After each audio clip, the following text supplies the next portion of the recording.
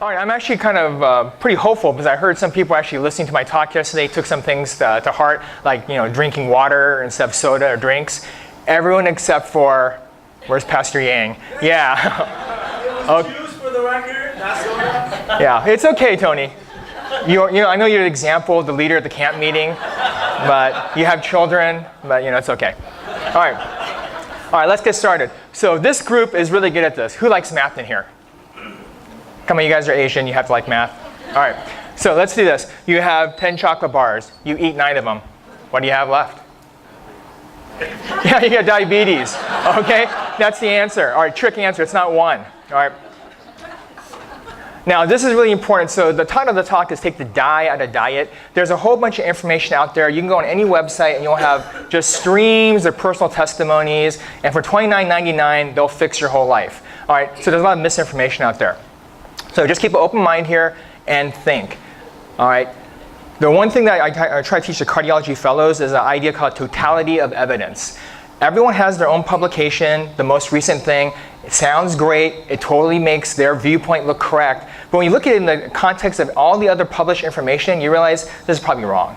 All right, so you have to look at everything you can to make the best balanced decision you can. Same thing when you study the Bible. If you want to do the proof texting thing, you look at the one verse to prove your point of view, that's probably not the right way to go. You want to have a bigger context of how you look at things. All right? All right. Should we eat like goats or a goat? Does anyone know what goat is? Greatest of all time. Okay, who's the greatest of all time in football? I don't want to start a fight, but one of the people that they say is Tom Brady. Okay, listen, wait. I am not supporting Tom Brady. This is for the context of the talk. This is a framework for the talk, okay? If I told you who I really liked, it'd be worse, okay? All right, so why do people think Brady is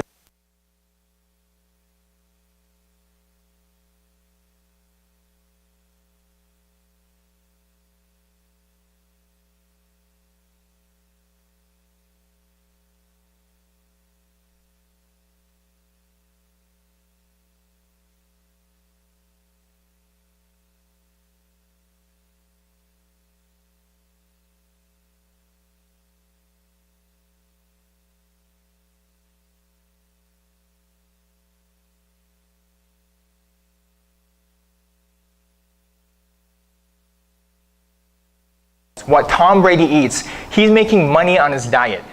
All right. Also, he has a book. I don't know if you've seen the TB12 lifestyle book. So this he's sleeping in bed and just making money like crazy. Everything about him, he's just generating more and more money. It's really amazing. And there's the book there. All right. Now, the most important thing, though, about diet is probably this. When you talk to health professionals, dietitians, health coaches, whatever you want to go to, they see about 80% of your health, 80% of your weight loss is food related. And the issue is, like, suppose I eat at Garden Cafe all week long and go crazy, and then I run every morning. Am I going to be losing or gaining weight? You're going to be gaining. You cannot outrun a bad diet. All right? And even if you run a marathon and you feel like, man, for the next week I can just eat whatever I want, that's not true. You can maybe eat like crazy for 2 days, but after that your metabolism is back down. You cannot just do that all the time. Okay. Now this is interesting. This is the Honolulu Heart Study. It shows the importance of diet. And what they did is they tracked Japanese people from Japan to move to Hawaii. There should be a dot for Hawaii. It's not there. And then when they went to SF. And what they found is as the Japanese people went to Honolulu, heart disease, cholesterol, heart attack, stroke went up. They went to SF. Basically, they just caught up to the Americans. All right? So they can't change their genes. They're still Japanese. The only thing that really changed is what? Their diet. All right, diet is critically important here. Okay, this is a fascinating study about a little tribe in South America. Before this study was published, what was the healthiest subgroup in the world? Americans? No. It was Okinawan women. So that's part of the Blue Zone group. Okinawan women lived the longest, were the healthiest they thought in the whole wide world. They went down to this little tribe in South America and they took a CT scanner with them. And they CT scanned their chest and got calcium scores on the coronary arteries. And what they found is this is now considered the healthiest group in the world. All right? This is interesting. Compared to Americans, their arteries are 28 years younger in age match controls. So their 70-year-old guys are like 40-year-old Americans. All right? They're just way more healthy than we are. Now, the really interesting thing is how they live. So what do you think their guys' lifestyle is like? Hunter-gatherers. Oh, they have stress. They have kids and stuff like that. So 90% of their waking time is farming, hunting, trapping, or fishing. Only 10% is inactive like what we do. What's their dietary breakdown? How much meat do they eat? How much protein? 15%. Fat, 15%. Carbs, 70% of their diet is carbs. So one of the big things we're going to find in life right now is everyone is totally against carbs. Everyone hates carbs. Carbs are evil. There's good carbs and there's bad carbs, and we're going to talk about that. Okay, so just remember this. The healthiest group in the world is 70% carb-based. All right. Now, of course, all their carbs are what? It's like mostly fruit. So it's all the good carbs. Okay, we'll skip this. Just for interest, though, you think all these hunter-gatherer guys are like ripped, six-pack, really lean, their BMIs and percent body fat are all in the 20s. So they're very average. I mean, when you look at them, they look like most of us, to be honest. I'll skip that for now. Okay. Now, I'm not going to talk about specific diets like Zone, South Beach, etc., because what's the general feeling about these diets?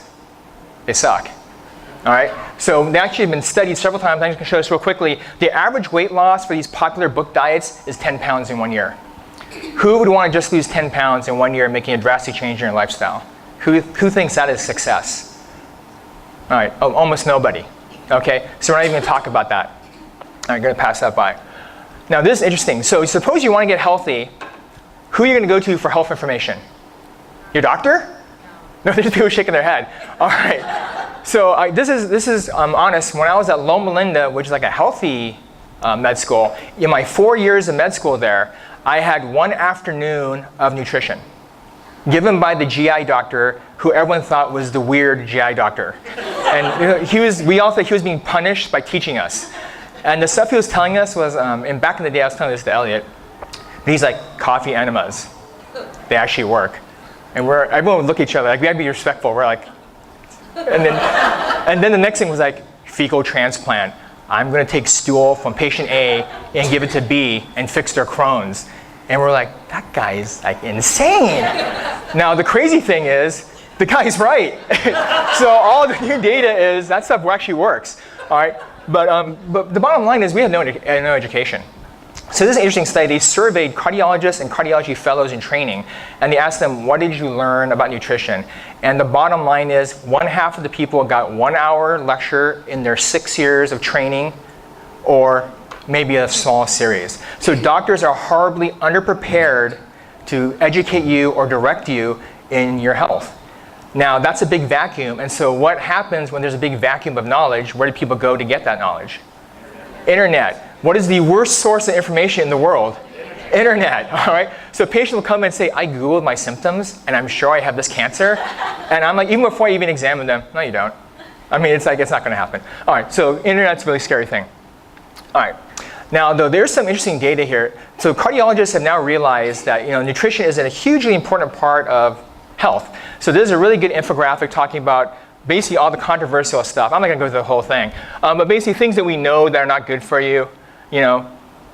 Coconut oil, that's actually now moved to controversial. Eggs has now moved to controversial. This is how much things are changing so quickly. But Southern diet, fried food is bad. Juicing, because you take out the fiber and just get a big sugar load, is bad. Things that we know help: extra virgin olive oil, blueberries, strawberries, antioxidant, nuts. This is incredible. So there's now 3 huge studies. A handful of nuts per day decreases your chance of dying from heart disease. Doesn't matter if it's salted or anything. Doesn't matter what kind of, even peanuts. Any kind of nuts are probably good for you. Green leafy vegetables, and this is really important, plant-based protein. All right? So even now in cardiology, they're realizing, hey, there's lots of controversy we have to keep. There's actually an updated article already. This is published a year ago. They already updated it because there's so much more information. Okay. So this is a great thing. This is actually, I print this out and give it to patients as a handout. So this is from Harvard School of Public Health. This is what their healthy plate's called. Anyone notice the big difference between this and the FDA healthy plate, myplate.gov? Dairy. Yeah, why is dairy not on this? Why is dairy on the FDA plate? Politics. Okay, yeah, when you have a big truck full of money and you go to the FDA and you drop it on their lap, they're going to help you out here. So things that really changed, like when you go to all these meetings where they say what the recommendation is going to be, it's now a closed door session. You can't get in there. And all the guys that are doing research have multiple grant funding from like farm, dairy, meat councils. So they're all kind of bought in. So that's a huge, huge problem here. But to go over this plate that they made at Harvard School of Public Health is based totally on research data. And the real quick things for us is half your plate should be fruits and veggies. You know, water. Tony Yang, are you watching this? Okay, so water, so you don't have empty calories, okay? And then right down here, healthy protein, it does not have to be meat. All right, and this is going to be a recurring theme, fortunately or unfortunately. When I give talks like this, a lot of guys are mad because they feel like the whole barbecue lifestyle has been exploded. But yeah, healthy proteins, and you really, beans, nuts, veggies have tons of protein. You don't need to eat a bunch of dead animals. Okay, what's better? We're going to do a little quiz here. What's better? And we're talking about why. Apple, okay, right? What's better? Okay, here is high fructose corn syrup. Okay, so we can take anything that God's made and totally destroy it because we're really good at that, all right, as human beings. All right. Now, is there another way to look at this? There's two big words that go along with this slide. One is processed foods. The more things are processed, the more they're not whole foods, the more they're not natural, the worse they are for you. The second way to look at it, and this has made a lot of money for the guy, is glycemic index. All right. So this actually makes a lot of sense. The higher your glycemic index, the bigger insulin spike you get, the more sugar spike you get, the bigger problem is. The more unrefined your stuff is, more natural, lower glucose spike, lower sugar spike, and it's healthier for you. All right, and then this actually works, and this works for the kids. There's like red light, yellow light, green light. Like at our home, we tell the kids, you want to eat fruit, you want to eat nuts as a snack, we're not going to limit that. You want a piece of chocolate, you're going to have to ask us. All right, and so that's kind of the way you regimen. They know that red light is bad foods, it's a treat, green light, they can have as much as they want. Okay, works pretty well, except no, our little kid does sneak some stuff though, unfortunately. Okay. All right, now this actually has been studied. So the one thing that you find on the internet is there's so many stories of people saying, I used to be 500 pounds and now I'm 150 and I'm ripped and I just did my first or second triathlon, blah, blah, blah, and God knows those pictures aren't even the same person. But the bottom line is you can't prove that, and he's selling his program for $49.99. All right, now this has actually been studied. So if you look at glycemic index, so this is low protein, high glycemic index, and this is change in body weight. Now weight's not the most important thing. Overall health is the most important thing, but we're using weight as a marker here. And what you find here is people that have low protein, high glycemic index, they're really processed foods, they have the most weight gain. The people with high protein, low glycemic index have very flat weight gain. And there's another thing, but we're talking about protein more as well. Protein, why is protein good for you? Fine.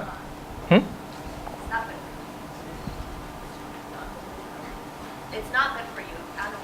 Animal protein's not. But so suppose you get a bunch of tofu or something. Eat a bunch of nuts and tofu. What's good? Why does protein help you not gain weight? Okay, listen, you uptight Asians. You're going to have to talk a little bit louder because I can't hear you. I'm serious. All right. You don't have carbs, you have fat.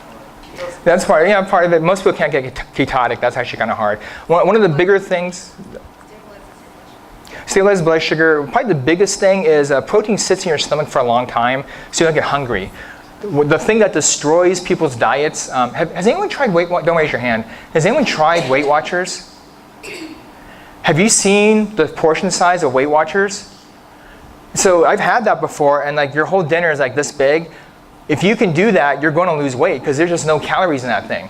But things that really help you, and we're going to know this multiple times, protein helps you keep satisfied, doesn't make you want to eat, so you eat less calories, which is good for you. Okay, now another thing, someone's asking about how we changed our life. And this is the one thing, when we became vegan, one of the hard things is you have a freezer and refrigerator full of dead animals. And so Joyce and I had to make a decision. Are we going to take all that food and dump it and go one day later become vegan? And we go, no, let's not do that because there's a lot of money tied up in that food. So we ate through it, but we just never replaced it with dead animals again. Now, a full plate diet is a really good program. We actually did this in our church a couple times. But the whole thing is they focus on fiber and water to fill you up. All right, and fiber is good. Fiber has been shown to decrease colon cancer. It's been shown to decrease weight loss, and increase weight loss and decrease your cholesterol level. But one of the things, they give you a great example of how to change your life slowly. And this goes great. Who has kids here? Who likes fighting with their kids with food? Yeah, Joyce is confrontational. All right, so it really sucks. So what we did for like our kids love white rice. All right. So then what Joyce did is like went 25% brown rice, 70% white rice. A couple of weeks later, 50-50. A couple weeks later, 25 white, 70% brown. A couple weeks later, all brown. A couple weeks after that, then we went beans into the brown rice. Okay? Yeah, and then you started calling her Ajama. Okay. But what happens if you do that slowly, they can adjust. If you take that white rice that the kids love and next day it's brown, purple rice with beans, they're just not going to eat it. All right. Who's had whole wheat pasta? Who likes whole wheat pasta? Liar. And okay. All right. You're a pastor, dude. You can't lie. All right. So when we did that to the kids, we'd go 50-50 on the whole wheat pasta, and you know what the kids would do? They would segregate the pasta. All right. So slowly, though, after a while, we go, you know what? There is no white pasta. You're going to have to eat that. And then they go, they're going to eat it. So they can slowly adjust. Now, here's a really great example. Hamburger, typical American meal. All right, so here you have a half-pound hamburger. Sorry, it's not showing up very well. You have 4 cookies and potato chips, standard American diet. All right. What you can do is go, hey, you're still going to have your hamburger. I'll give you some beans, maybe coleslaw, and get 2 cookies. And this is like over a course of weeks to help your kid adjust. You don't want to give them shock. All right. Then finally you go maybe, hey, I'm going to go half a hamburger, fruit as dessert, beans, and some mixed veggies instead of potato chips and cookies. All right. And this actually will work over time. You still kind of get what they want. There's actually step 4 where you take the hamburger and make it a veggie hamburger, portobello mushroom hamburger, something like that. Okay. So this way you can slowly transition and not have everyone revolt. All right, I mean, seriously. And then one thing you really can't do as moms or wives or guys that cook, you can't be the short order cook at home. That's just too hard. That's just going to burn yourself out. Okay. All right, association of dietary factors and mortality. This is very interesting stuff. And when I thought about this study, it really made me think of Garden of Eden. So it's very interesting. We'll talk about paleo diet a little bit. But the contrast is just getting so incredible. Everything we know from our health message, basically, that we all thought was kind of voodoo hocus pocus 20, 30 years ago, has now been tested scientifically, and basically is right. Even things, I'm not talking about it, but being outside. Have you guys heard about forest bathing? Okay, sounds really fluffy term. I don't like it. But it's been studied multiple times, and people feel better. But there's several studies where they draw your cortisol level, which is a stress hormone, before and after you go hike in the forest, and it drops your cortisol level. It de-stresses you. All right, you can't argue against a blood test. It's your own person, your own self-control. Okay, so being outside, being in sunlight, exercise, clean air, all this stuff makes a big difference here. Okay, but look at the factors in the American diet here and the diabetics here. This is a hard graph to look at, but basically the longer this bar is how much people are dying from this factor. So added salt, look at this, low seed or nut intake. Americans aren't eating enough nuts, and that's a huge factor in why people are dying, they think. The nuts are good fats, high protein. Processed meats, bacon, salami, etc. Those things are some of the worst things for you. Actually, WHO, that's now on the carcinogen list. They just say don't eat this stuff, it causes cancer. Low veggies, low fruits, high sugar sweet beverages, low whole grains, then fats and red meats. But this is the kind of impact we're having on a diet. But when you think about this, basically Garden of Eden or a really healthy diet is like, let's eat a bunch of fruits, let's eat a bunch of vegetables, and let's eat a bunch of nuts. I mean, it's really that simple. Okay, and we'll skip this for time. It's the same thing here. Now, this is really the scary part in the American diet, how the American diet is changing in the last 10 to 15 years. And what we see is nuts, there's about a 20% decrease in people eating nuts. Okay? Same thing, sugar sweetened drinks are going down low, except for Tony Yang. I'm going to just keep hitting you. For me, that joke, for me, that doesn't get old ever. Okay? All right. But whole grains, fruits and veggies are neutral. One thing that's really important is the amount of meat going up is really, really increased. Why do you think that's happened? There's two big factors. There's probably three factors. They're all linked. Atkins, paleo, keto. So those things have pushed meat consumption way up to the right. Okay. Now we're going to talk about meat. This is a very interesting study. This is from Loma Linda. But basically, if you eat meat, you die faster. Now, what's the threshold for eating meat? In this study, they actually found that there's some point where the curve takes off. Anyone want to guess? Once a week. It's once a week. Okay. So now, if you don't eat meat, you're probably getting or adding 3.6 years onto the end of your life. And that means you have to eat meat one time or less per week. You have 21 chances a week.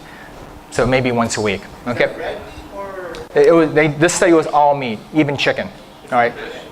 Yeah, fish is meat. For those that are, some people are unclear of that. Okay. So.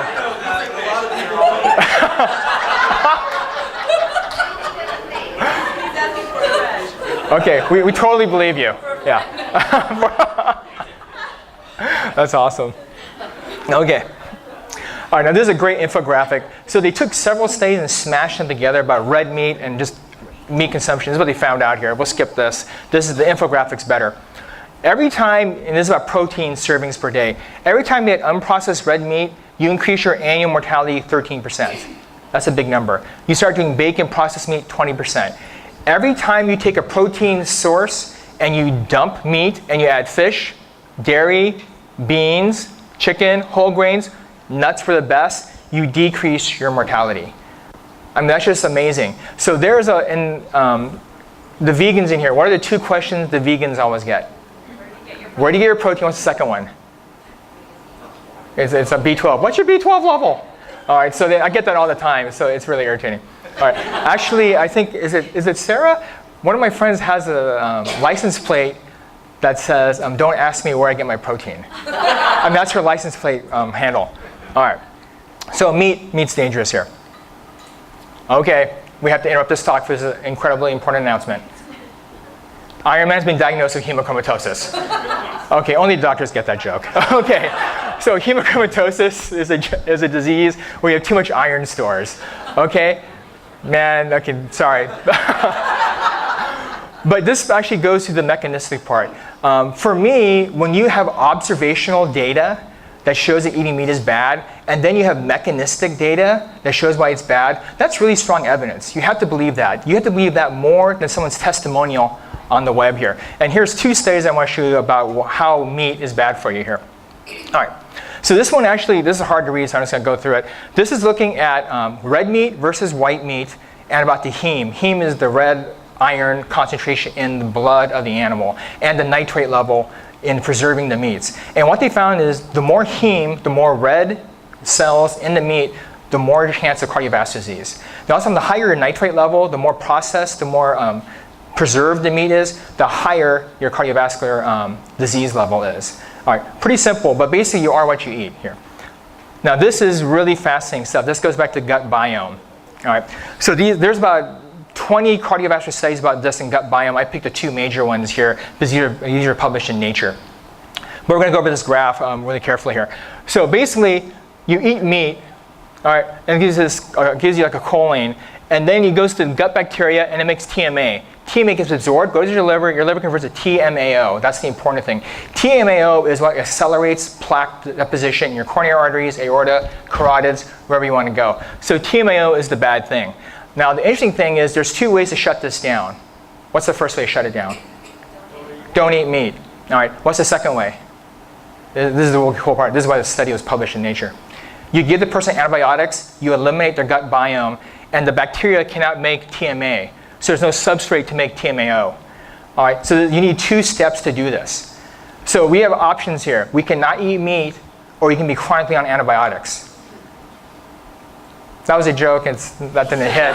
Okay, that was a long pause for a response. Okay, but yeah, so we're not going to be on antibiotics. So one thing you do is just stop eating a bunch of red meat. Okay, all right, now this is a huge study. Is anyone here in Advanced Health Study 1 or 2? Where you send you the survey and you fill it out? Okay, so I'm in that. So you fill this stuff out and they track your cancer, death, heart disease rate, and stuff like this. And they had a huge study that was published about 3 years ago and looking at different groups. And so basically, here you have the vegetarian group, you have vegans, lacto, pesco. This is kind of dumb. You really shouldn't be a pesco vegetarian because you're not vegetarian, but that's the label. Semi and then non-vegetarians. Okay, so who did the best in this group? Okay, let me step back. Who did they wish did the best in the group? The vegans. The vegans didn't. The vegans were up there. But the best group, and they did the stats in a way where they did not separate, it was everything compared to non-vegetarian. So everything looked better. But when you look at the subgroups in themselves, what group did the best? Pesco. Yeah, actually even the lay people can see that real easy. Pesco vegetarians did the best here. So something to think about here. Fish. I'm not advocating you all eat fish, but I'm giving you all the data so you can make decisions based on this. Maybe fish once a week, etc. Okay. Now, I am about 95% vegan. I used to say I was vegan, and then my wife would say, that's not true. Because she watches what I eat. So she goes, you gotta stop saying that. So I stopped saying, I'm 95% vegan, okay? Now, I don't know if anyone knows who this guy is. Yeah, Kim Williams. This is a great story. Read this quote here. There are two kinds of cardiologists, vegans and those who have not read the data. So Williams, he's past president of American College of Cardiology. He actually went and got his cholesterol checked, and he found out his cholesterol was something like 280. And what did he do? No, he goes, I don't believe it. So he got it rechecked an hour later, exact same number. And he goes, man, I gotta do something about this. So he started doing a bunch of research on diets and nutrition. And he goes, I either have to start taking a statin, because he prescribes statins all the time, or he goes, I have to go vegan. So he went vegan, dropped like 25 pounds, cholesterol totally normal. And now it's funny because they have different subsections at the national meetings. He's always talking at the health section, where he was never there before. All right? And he's like an example. He's a prominent cardiologist who has changed his own life and now advocates being vegan to the world. It's actually kind of cool. So it's not just me. It's like a lot of other people. Okay. Nope. What are the two worst things about vegans? Huh? Okay, so the parallel is like, the joke, the worst thing about Christianity is the Christians. The worst thing about the veganism is vegans. Has anyone, you guys don't know much of vegans then. All right, so when you go out to plan dinner and your friend's a vegan, how's that conversation go? Yeah, hey, you want to go out? Sure, we'll go. Where are you going to go? I can't go eat there. I'm a vegan. All right, there's nothing there for me. Oh, they'll fix something. No, I'm not going to go there. And so it's like terrible. And then eventually, you know what you do? You stop calling that guy because it's not fun. All right. But anyway, this is what I think about. And this is really important. Veganism is a way to eat food. It's not a religion. All right, there's a lot of people who are proud to be vegan, which makes absolutely no sense. Okay, but this is funny. I don't know if you saw Fight Club, but the first rule of Fight Club is don't talk about Fight Club. The first rule of Vegan Club is talk about Vegan Club. Because it's like, hi, I'm Harvey, I'm a vegan. It's like, dude, I don't need to know that, all right? Same thing here. What if I told you you could be a vegan without being a pretentious jerk? That happens all the time, and my favorite here, let's skip this. But the second thing about being vegan is what? What do people give you grief about or worry about? About the protein. They think like, yeah, you're gonna be a big wimp. So here's some examples of people that are real life vegans that are actually high performance athletes here. Okay, so Matt Danzig, this is old, but he won Ultimate Fighter 6. This is probably almost 6 or 7 years ago. So anyone watch mixed martial arts? I don't, but anyone else? Okay, cool. Okay, so some people do. So that's basically in the octagon and you just pummel each other. It's like really brutal fighting. And this guy's totally vegan, okay? Now he did that to start his allergies. I don't know if you guys know this, but milk products increase mucus production, postnasal drip, coughing, sneezing. So a lot of people will get rid of their allergies by becoming vegan. All right, now the other really interesting thing about this guy is he's now a PETA spokesperson. So the thing is, you can beat up humans, but don't hurt animals. All right, so think about that, all right? But he's a legitimate PETA spokesperson. All right, runners in here? Okay, awesome, runners. Scott Jurek. All right, so he's probably even more important. He's the first super athlete to become totally vegan. So he won Badwater twice. Anyone know what Badwater is? They start at Death Valley and they run into, I think, the trailhead or the top of Whitney. It's like a 135-mile ultramarathon. Last year was incredible. The first person to ever do the double over the age of 70 completed. He ran the Badwater 135, rested overnight, and ran back the 135 to Death Valley. 70 years old. He's an incredible athlete. But anyway, Jurek is incredible here.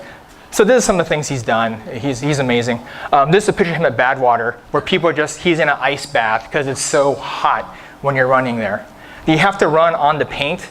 If you're on the asphalt, your shoes start to melt. It's just incredible. All right, final example. Hard to see. This is now Patrick, I can't pronounce his last name, but he is the world's Guinness Book of World Records strongest man in the world, and he's vegan. Okay, you can build muscle, you can do all that stuff. And this is some of the crazy stuff he's done. Okay, all right. Now, what's more important though? You may say, hey, vegan, that's a big change. I want to do it. Just give me the Lipitor pill. How effective when you really measure this lifestyle versus pharmacology?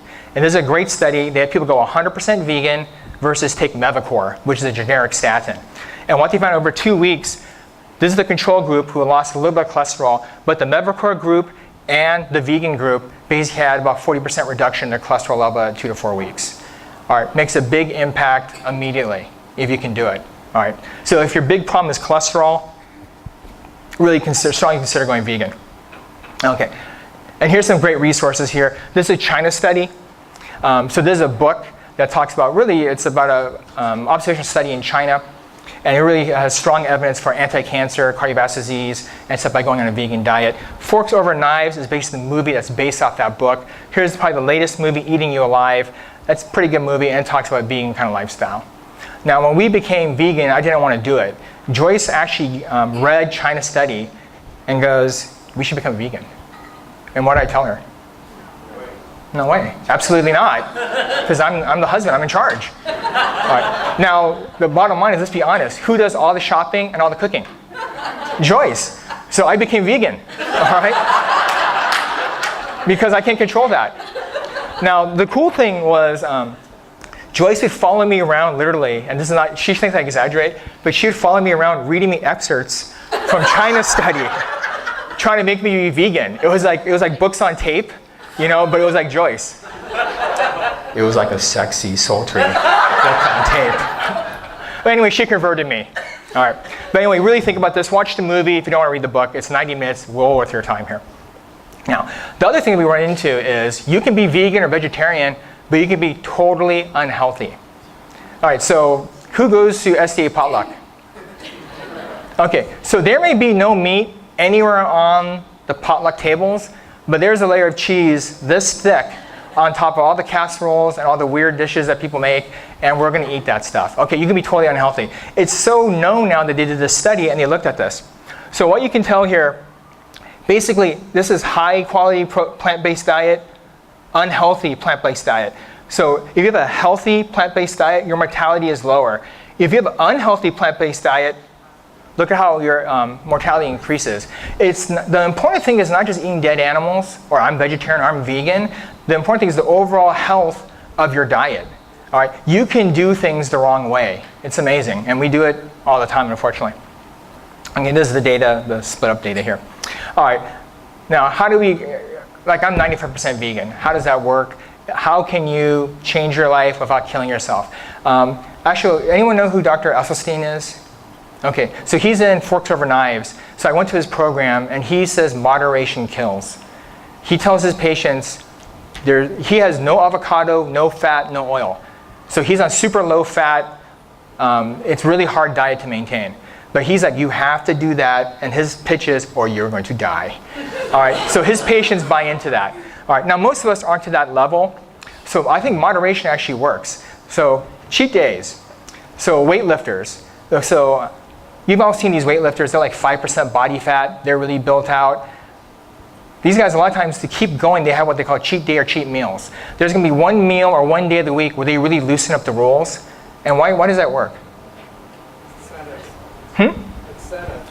Incentive? Yeah, that's a positive way to look at it. It's an incentive, like, hey, I'm gonna work real hard. On Saturday, Sunday, I'm gonna reward myself. What's the other thing that really works?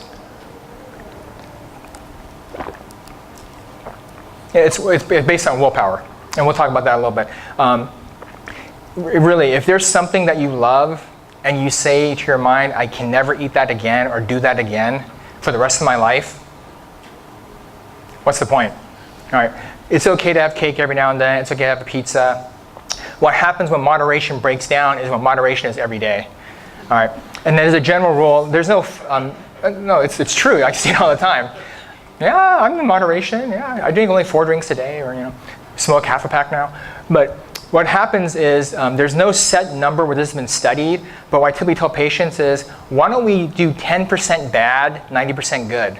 So if you think about your meal schedule, 21 meals, that's 1 or 2 meals where you can kind of loosen it up a little bit. And even Joyce and I, for financial and health reasons, we try to go out to eat maybe once or twice a week. You start going out to eat a lot, hard to control what you eat, spend a lot of money. But there are ways to kind of control what you do by setting up some rules for yourself here. So cheat days, cheat meals. Oh, I'm sorry, I missed the first one. One idea is like meatless Monday.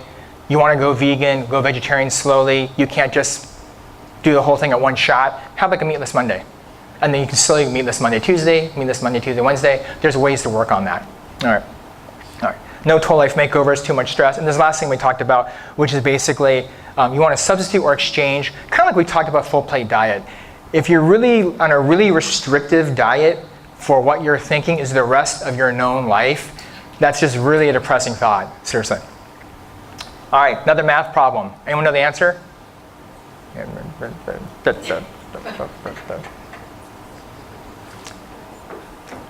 As a group of Asians, you guys are really disappointing. I gotta be honest. All right.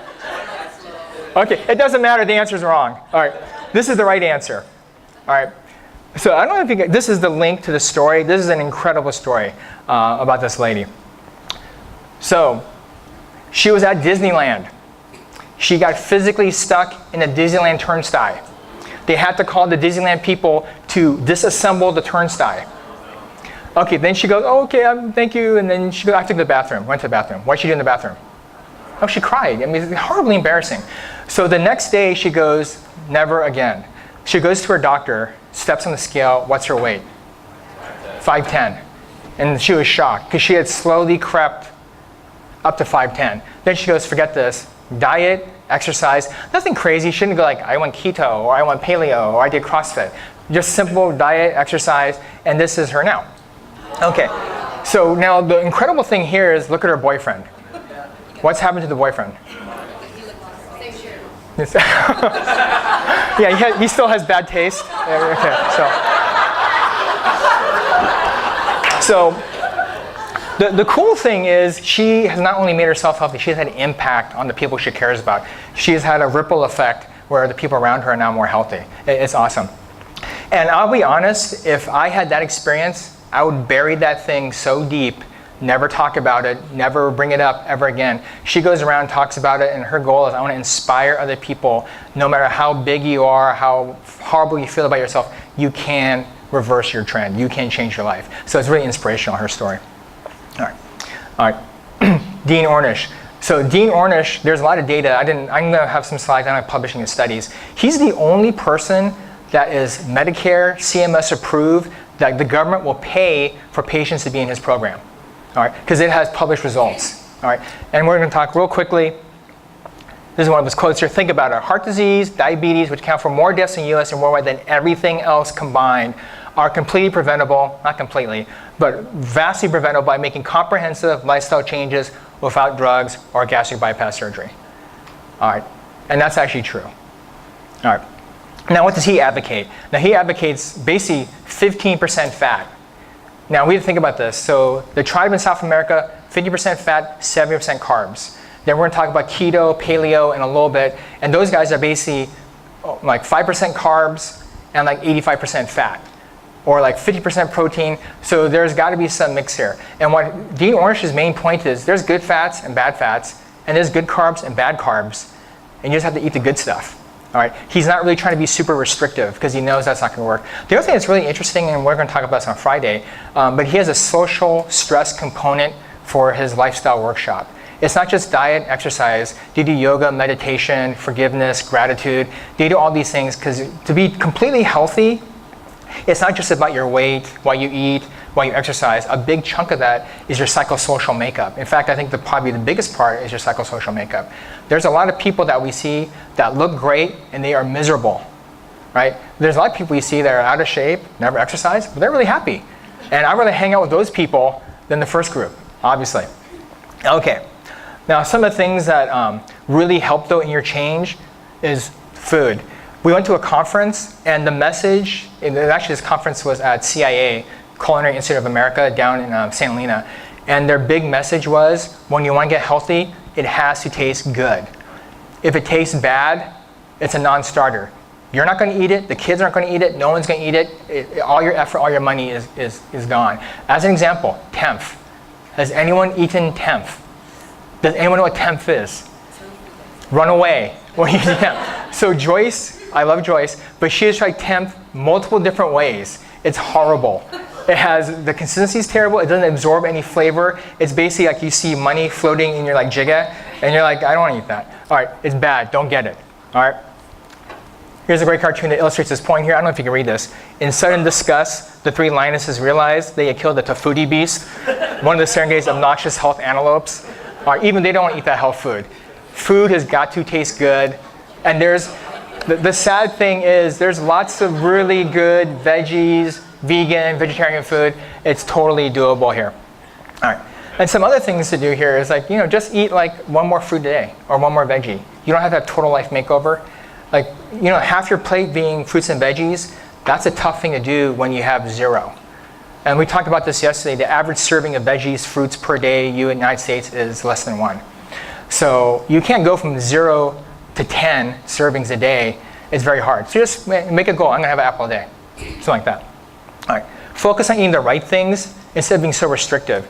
A lot of people are just so negative, and being negative is it's a very powerfully adverse thing to do. Being positive, it's like, oh man, I'm going to get to eat like 2 apples, or I'm going to have a whole bunch of this veggie I like. Like if your kid hates a certain vegetable, abandon it. There is some veggie he probably likes or she likes. Hopefully, give them more of that. Focus on the more positive, the things that they actually like here. All right. The other option is, basically there's lots of studies, if you just eat less of the bad food, you come out ahead. And this, I had basically like if you like to eat potato chips and you eat like a bag, just eat half a bag. There's ways to cut back and slowly you can wean yourself off. And it actually works here. Okay. All right, anyone know who Mark Sisson is? Okay, this is the guy that's making all the money on paleo. All right, so you guys know who Grok is? Not Gronk, the tight end from the Patriots, but Grok. Okay, we'll go there. Okay. So Grok is this guy. I don't know if you've seen him. He's on T-shirts, posters. This is Mark Sisson's thing, man. This is how he makes his money. He is super rich from this. He lives in Malibu. Anyone know who Lard Hamilton is? Gabriella Reese? He lives next to them. All right, so he's loaded because of paleo. All right, but when you think about paleo diet, and this is from his own book, what they do is basically he advocates eating lots of fruits and veggies, a little bit, fish, fowl, fruit, eggs, and a lot of nuts and seeds. All right, it's really not that much different than what we actually advocate, except for the meat part. All right, but the bottom line is he's really advocating a whole foods, plant-based diet, even though he won't say that. He can't say that because he'll cut into his own bottom line. All right, so the paleo diet, when you really boil it all down, is whole food plant-based. Okay. Now the thing that's even more controversial and really, really hot right now is ketogenic diet. All right, I'm not going to talk too much about it, but this is, for people that want to, this is a really good review article written by Noax, who talks about both sides, the positives and negatives of ketogenic diet and all the evidence. It's probably like 14 or 16 pages long. It's actually fairly well written. He is slightly biased. Anyone know who Noax is? Okay, he's a super marathon runner, MD, PhD, exercise physiology and nutrition in South Africa, I'm sorry. He actually got sued because he was giving advice on Twitter to a mom saying, hey, just go low carb, high fat for your kid. And he got sued for that. He won the case eventually. But he's a huge advocate of ketogenic diet. And it was very interesting because he's a super runner, running his whole life, and he slowly kept gaining weight. And he became diabetic type 2. And he goes, this cannot happen to me because he wrote a book called The Lore of Running. The Lore of Running is not a fluffy book about how you feel. The Lore of Running is this thick, and it's all equations and numbers about exercise physiology lab studies. He's the world expert on running. And he goes, if I become diabetic type 2, he goes, this is impossible. So basically he changed his diet. Now, what's the most important thing about ketogenic diet? This is the learning point. Okay, actually, someone got it all right. So most people say it's high fat. What is the one thing the ketogenic guys stress more than anything else, even though they call their diet high fat? Someone said it's low carb. Okay, even here, this is interesting. This article is the low carb, high fat diet for endurance runners. All right, the number one number, you know how many carbs you can have if you're on a real ketogenic diet? And that's super extreme. They use 50.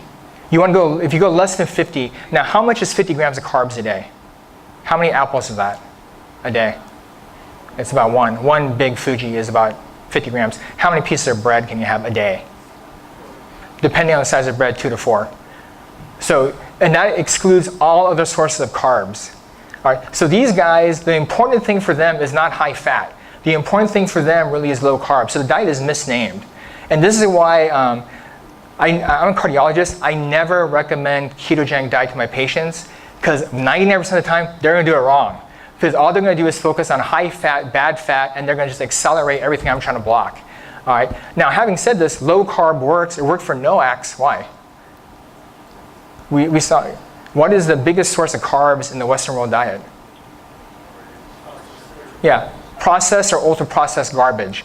So just by cutting the bad carbs, you have a huge impact on your health. All right. Any questions about this? Because I know this is like really popular. But the main point is ketogenic diet has nothing to do with fat. It has really everything to do with trying to shut down your carb intake. Okay. All right. Now, this is important because this is a big study where people go, fat is the best thing. This is the pure study. There's a huge study done in Europe, and what they did is they looked at carb, fat, protein intake, and this is going to be hard to look at. But the bottom line is, look at this last column. This is energy from carbohydrates. As your carbs increase, your cardiovascular disease increases, and your mortality increases. All the other fats, as you eat more fat, your mortality decreases. Why did this happen in this study? What is the general percentage of carb intake for the Western world? How much of our diet is carbs? It's about 70% carbs. All right, so you see that we start getting more and more and more carbs, and most of the carbs that we're eating are garbage. When that happens, then you're gonna have higher mortality. So it really isn't about fat, it's really about eliminating bad carbs. All right, which is the processed garbage. Now, good fats. Oh, this is hard to read, but avocados. Who likes avocados? Okay, avocados are awesome. Avocados, creamy, taste good. They are loaded with fat, but it's all good fat. And so there's a big controversy. You eat too many avocados, you're going to have high cholesterol. So this is a great study where they fed people on a low-fat diet, medium-fat diet, and they added you had to eat a whole avocado a day. And what they found basically, the black bar is the avocado group. They had lower, bigger drops in their bad cholesterol, overall cholesterol, and this is actually really cool. I don't know if you guys know about particle density or particle size. Smaller, denser LDL is much more likely to make plaque in your arteries. Okay, some people are nodding, other people are like, they don't care. All right, so I should drop that scientific part. But anyway, the bottom line is avocados, which are good fats, actually will drop your cholesterol levels. All right, so avocados, nuts, those kind of fats, olive oil are really good for you here. Now, the one thing that really kills people's diet, though, is getting hungry.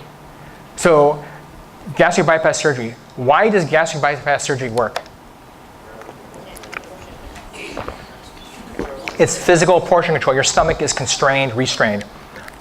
So this is a handout I give to my patients too, and I go, hey, you're going to try a diet, you're going to get hungry.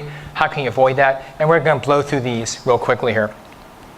But you can shrink your stomach without staples. And this was huge for me personally when I changed my diet, because the one thing that will kill you is when you get hungry, you're like, screw this, you're going to eat something. All right, so if you drink water at the beginning of your meal, you fill up your stomach, it's 0 calories. All right. Be the last one to be eating. Why is that important? My kid has no concept of this. But why is eating last or being last in line make you have less calories? Yeah. Yeah, potluck, there's no food left over, there's stuff you don't want to eat, people have been coughing on it. Yeah. What happens is you go through the line first, you sit down, you start eating. You finish eating, your friends sit down. You want to socially eat, you get more food. So your calorie load is higher just because you're being social. You're not even thinking about it, but it happens. So eat last. All right. Yeah, try not to eat till you're stuffed. We talked about this in the blue zones. Eat till you're about 75, 80% full. Then shut it down here. Yeah, no seconds, portion control. Don't clean off your kid's plate. This is a constant struggle with Joyce and I. I go, give the kids less food. Because when they have leftover food, I have a hard time not eating their food. All right, but if they get less and they can maybe have seconds, I don't want seconds because I don't want their food. All right, smaller plate. This sounds crazy. And there's a popcorn study to go along with this. If your plate's smaller, you pile food on it, it actually psychologically makes you think you're eating more food. Have you guys ever done this? How much popcorn do you eat in a movie? What's the answer? No, the answer is all of it. All right, so no matter what volume of popcorn you're given, you will not stop until it's all gone. And actually, Brian was saying he did a study. He gave people stale popcorn and counted how many people, and he goes, the vast majority will complete the whole bucket even though it's stale. All right, and the point being, it's mindless eating. This is just what we do. Same thing, French fries. If there's a French fry left on the plate, no French fry survives, right? It's going to be eaten, all right? All of it goes away. All right, and we talked about this in the Harvard Healthy Plate. Half your plate should be fruits or vegetables because it's basically fiber. Fiber fills you up, and it's good for you. All right, save room for dessert, and I mean by fruit. Fruits are super sweet once you get off the processed sugar. End your meal. The kids like a sweet thing. I like a sweet thing in the meal. That can be your treat, okay? And this is really important. Save your calories for stuff you actually like. If you start eating a dessert at a restaurant, and I see this, like I'll talk to my friend and go, hey, is that good? He'll be eating like cheesecake. He's like, nah. And they'll finish it off. And then what I do now, I go, why don't you save that until you get something you really love? Question, comment? I have a question. Is there any studies that say eating fruits before eating anything else? Yeah. Nutrition, things like that, versus eating it after a meal. There is some studies where, this is going to sound really goofy, but there's some small studies where only eating fruit up till noon is beneficial. Because fruit's very easy to digest, gives you enough sugar, gives you enough energy, and then has a decreased calorie intake because it's just fruit. So there's people that are like, there's these ultra runners that'll just eat fruit. But you're talking about the timing, that I don't know about. Get a meal, like you said, fruits and vegetables should Yeah. be after meal. Mhm. If you would eat the fruit before your meal versus after the meal. You know, I don't think that'd be a big difference. There's so much fiber in fruit. I don't think it'd be, even though there's so much sugar in fruit, I don't think it'd be a big glucose spike because of that. So, but I'm not aware, there may be, but I'm not aware of any studies specifically on looking at that. Okay. Yeah, the big thing is like, and I tell this to my kids too, and it's worked for my older kid. Like we'll go, we're gonna go get some ice cream. And he's like, what kind of ice cream? And he won't, because I say you only get ice cream like once every month. And so he'll save it for there's a place called Grater's in Ohio, which is it's French pot ice cream. It's super rich. It's awesome. So if he knows he has that versus crummy ice cream, he'll go, I don't want the ice cream. He'll just save it for Grater's. Same thing. If there's something really good, save it for that. Why are you eating a mediocre dessert? I mean, it doesn't make any sense. Don't do it. Okay. And that's the book here. All right. Now, how can you do these things? How can you make these changes? They're very hard. This is a very practical application here, but it's a football reference, which is awesome. Kevin Cayley, high school football coach. He read a study published by MIT. The MIT guys used statistical analysis, said you should never punt the football because you get like 2.5 more possessions per game. And the conversion rate on fourth down was like something like 12%. So overall, in the course of the season, if you never punt, you'll win X amount of games. So he read the article and he goes, I'm going to do it. All right. So he never punts, even when he's on his own 2-yard line. The other thing, no, it's awesome. The other thing he does is he always onside kicks after he scores. So he's trying to get as many possessions as he can. And a lot of times, and I think his fourth down success rate was something like 30%. It was better than average. But still, 70% of the time, he's losing the ball. But he does this, and he wins a lot. And it's funny, he said the first time he did this with his team, it was fourth down, and they were on the 10-yard line. And they all started walking off the field. And he was like, get back. And then I think they lost the ball. But over the course of the game and season, they didn't even look at the coach anymore. They know, stay on the field, we're going to run a play. It's really awesome. Now, the thing is, how can you emotionally deal with that kind of stress? And this is what he says. By deciding ahead of time what he's going to do, he takes the emotion out of each decision. All right, if you make a decision for yourself tonight that tomorrow I'm not going to drink Coke, all right, or I'm not going to have a donut, and this works for me. In the hospital, I could have as much candy and donuts free as I want because it's everywhere. But I just make a decision, no. And actually, you do it once, you do it twice, it gets really easy, and you just walk on by. All right, you have to make the decision. And tomorrow during exercise, there's another pattern that you can use to help you exercise, and we'll talk about that too. The cool thing is, basically, he's 124 and 22 three-state titles using this crazy strategy. All right, I think he was on Newsweek or CNN when I read this story. Okay, all right, last bit about habits here. Pennywise, I don't know if you saw this movie, hopefully not, but he's going, hey, Ronald McDonald, you're not even scary. You know what Ronald says back to him? Dude, I've killed more people than you. Okay? So, fast food. Yeah. Fast food is horrible for you. And now the next step I'm going to show you, it's not just the food that they make. This is very interesting. They actually did a fluorine study. They looked at the chemicals in the wrapper, and then they tested the food. And they found how much the chemicals leached from the paper into the food and while we're eating.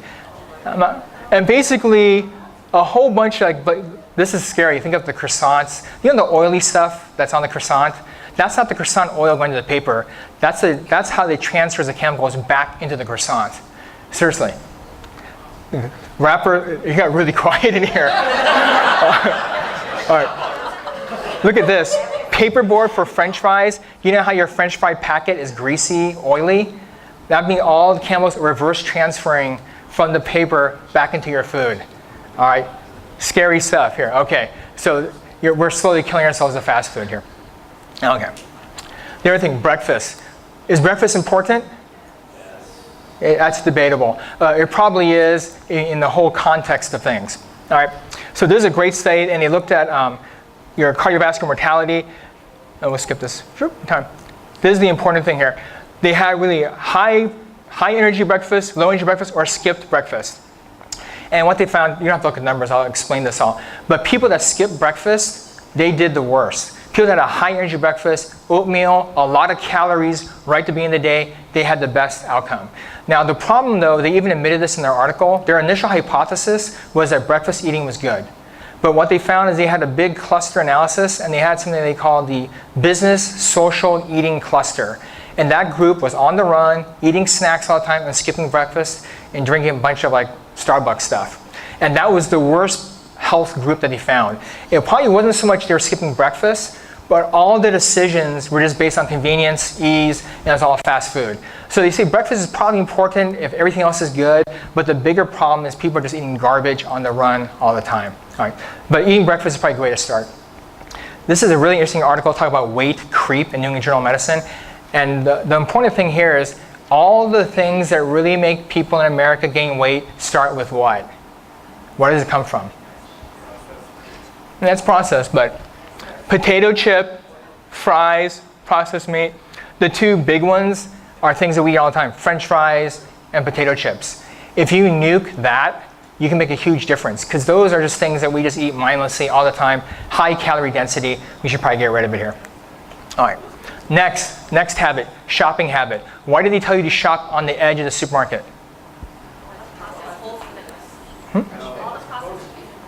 Yeah, processed foods are in the middle. The outside is all the fresh stuff. It's easier for them to restock the milk, the eggs, the veggies, and fruit. What's the center of the store good for?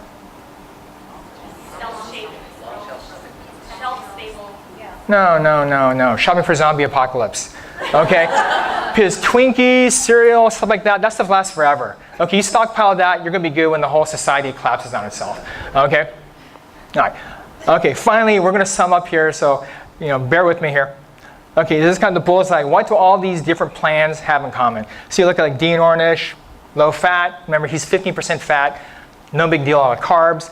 Then you have paleo keto, high fat, low carb diet, basically being vegan, and Dash Mediterranean, which we didn't talk too much. What are the things in the middle that kind of combine all these different plans that make sense? They're universally applicable. All right, and the bottom line is it's these things: whole food, plant-based diet. That's what really works here. Less processed. The bad carbs. No matter what program you're in, getting rid of the bad carbs makes a big difference here. Less sugar, which is a bad carb, obviously. Limit red meat. All right. Limiting red meat is really important. All the data is against red meat for long-term health. You can do some short-term weight loss, but long-term health, you gotta limit the red meat. Good fats, not high fat, not 80% of your diet fat. We had nuts, olive oil, avocados, things of that nature here. And then good carbs here in reasonable portions. And we're gonna talk about this on the last day, but you gotta sleep a little bit. Sleep is really, really important. Okay. Basically, they had this huge review article about nutrition, and their final synopsis was this: food, not too much, mostly plants. Okay, I think that's probably the most important thing. Now the final word is this here. Okay, everyone knows this verse? Everyone's missing with me, but not everything is beneficial. This is the important part. I will not be mastered by anything. All right, so there's two parts of this. All right, one is you can't be a slave to ice cream, French fries, potato chips, whatever. But you can't be slave to I gotta be vegan 100% of the time, or I'm only ketogenic, or I'm paleo. That stuff doesn't make any sense. There's a way to be balanced and be really healthy in the long run. All right, thank you for your attention.